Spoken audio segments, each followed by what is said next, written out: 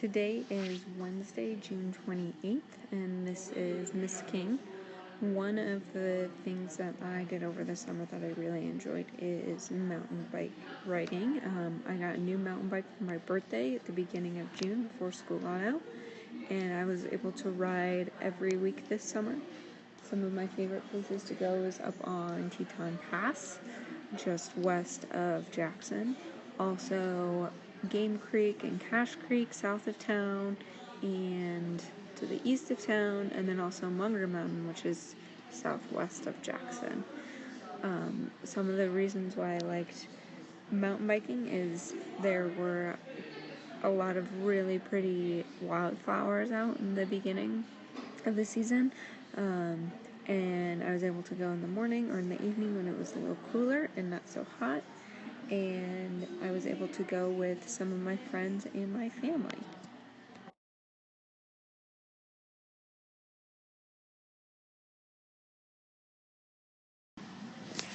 My name is Kyla, and I'm going to explain the marshmallow challenge that we did today at the beginning of class.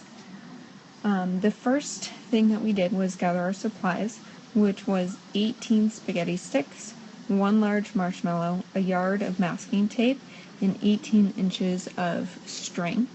And we then had 15 minutes to construct a tower with these supplies to try to make the tallest tower. So what we did first was we stuck the marshmallow on top of some of our spaghetti sticks, and then we started assembling the base, and we came up with a triangular prism as our base, and we reinforced that with extra spaghetti sticks and then built up from there. And at the end we had to cut it a little short because it was falling over, and we ended with our tower being 20.5 inches tall.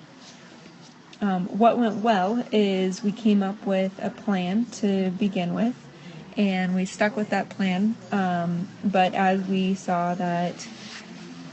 we had difficulties or saw that we needed to make changes, we were able to do that, and all of us helped with our ideas and with the building process to make our final tower.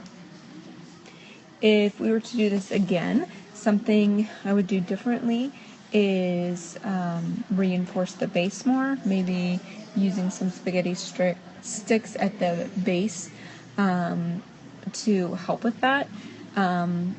And considering what I would do with students, I think that this would be a fun project to do, or a similar project, and I would maybe have students do the same reflection, and then at the end of a unit or a lesson, try to build the tower again or redo the activity based on what they've learned, to see how they would actually do it differently and see what their results would be differently. Today is Wednesday, June 28th.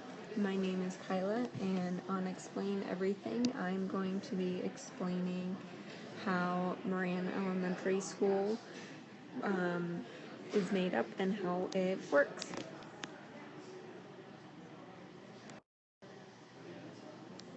Moran is a small elementary school with students in kindergarten through 5th grade, and we have 2 regular classroom teachers along with a paraprofessional and rotating specials teachers. And here is a picture of our students and an example of some of the fun activities we were able to do because of our small class sizes.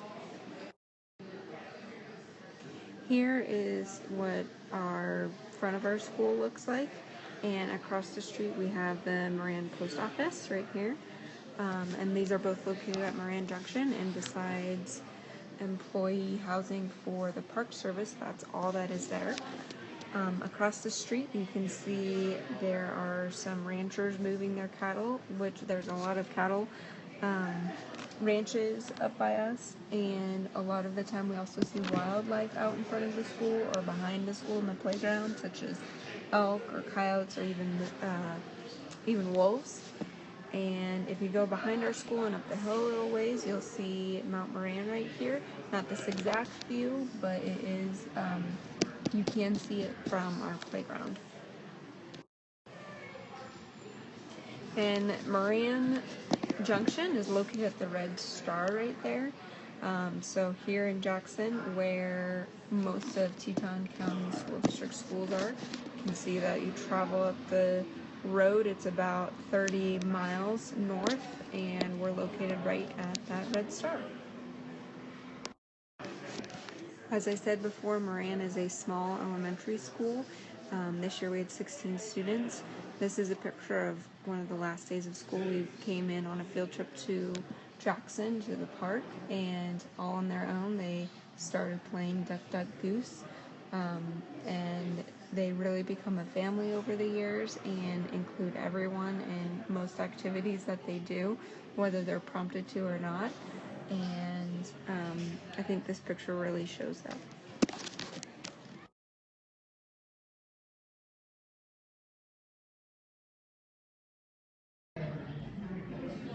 Takeaways from iPad Media Camp with Kyla and Jenny.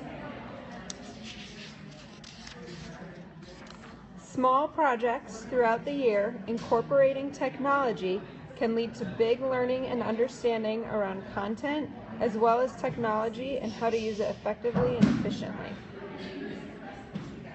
And mine is moving from paper and pencil STEM journals that were based in composition books and included gluing things and writing things and drawing things in them to a STEM ebook next year using Book Creator, PicCollage, and other apps. Why? Because it'll be more dynamic, adaptive, collaborative, and most importantly, engaging. So I'll stop having to threaten children with taking away their STEM in order to make them reflect.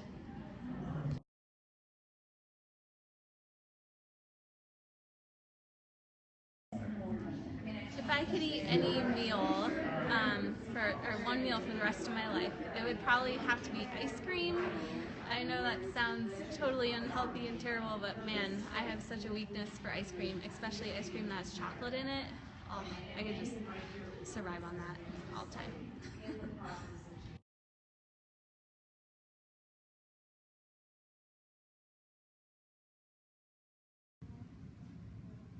Okay.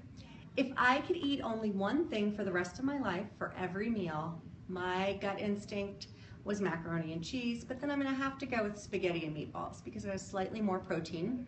And then if you think about it, if I fudged with the rules, you could do just meatballs someday, just pasta, and it does technically have red sauce on it, so that's kind of a fruit. All right, that's what it would be, spaghetti and meatballs.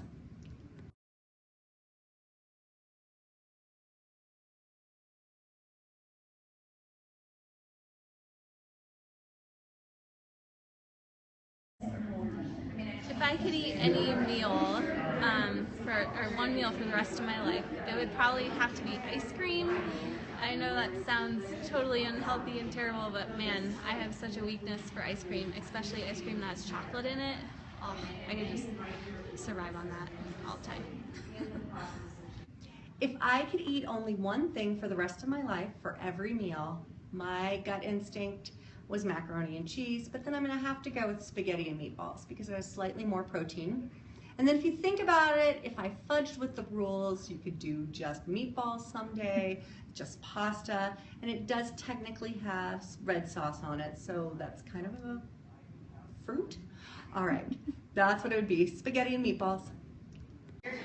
If I could eat one food for the rest of my life, it would probably be a quesadilla. This is something I pretty much do eat regularly, but I enjoy putting lots of different things in quesadillas, so that can range.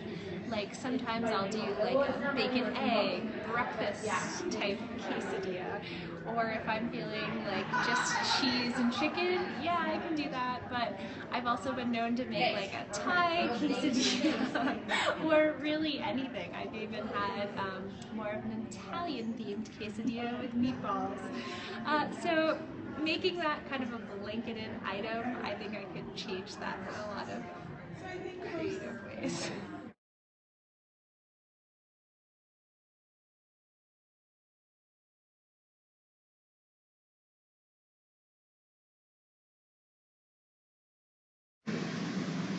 We started out in the parking lot finding our first 2 items. Although we didn't find an ironing board, we improvised. Lewis and Clark is similar, right?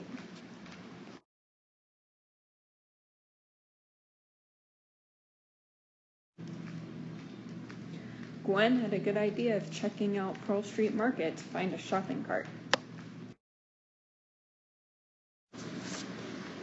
What I enjoyed the most was having an excuse to act in a way that I normally wouldn't and being silly.